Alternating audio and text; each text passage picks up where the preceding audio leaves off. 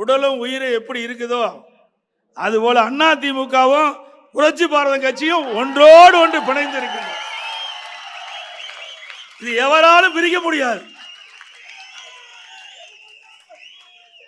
இந்த கட்சியினுடைய நோக்கம் புரட்சி பாரத கட்சியினுடைய நிறுவனாக இருந்த பூவை எம் மூர்த்தியால் கண்ட கனவை நனவாக்கின்றதாம்.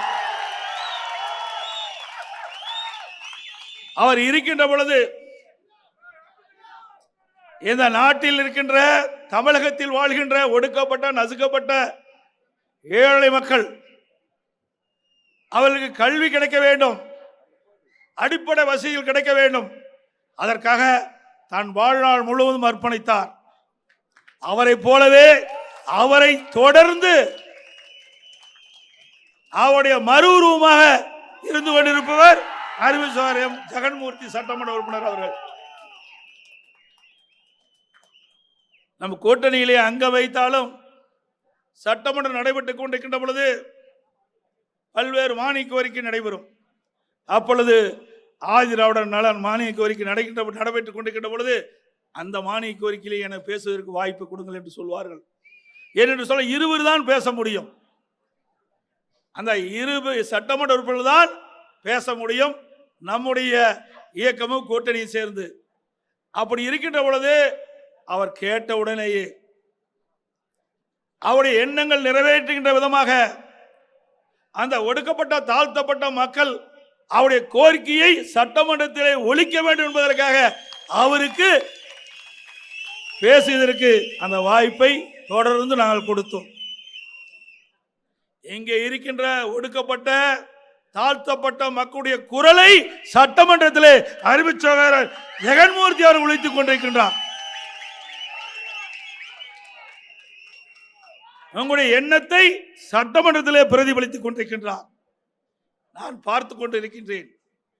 சட்டமன்ற நிகழ்வு நடைபெற்றுக் கொண்டிருக்கின்ற பொழுது அறிவு சகோதரர் புரட்சி பாரத கட்சியினுடைய தலைவர் சகோதரர் ஜெகன்மூர்த்தி அவர்கள் பேசுகின்ற ஒவ்வொரு பேச்சையும் நுண்ணிப்பாக நான் பார்த்து கொண்டிருப்பேன், கேட்டுக்கொண்டிருப்பேன்.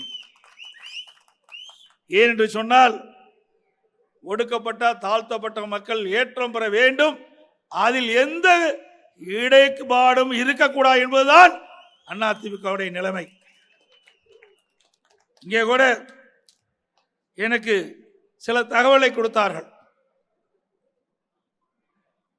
புரட்சி பாரத கட்சியை நிறுவனர் மறைந்த டாக்டர் எம் மூர்த்தி அவர்கள் பற்றி சில குறிப்பை தந்தார்கள்.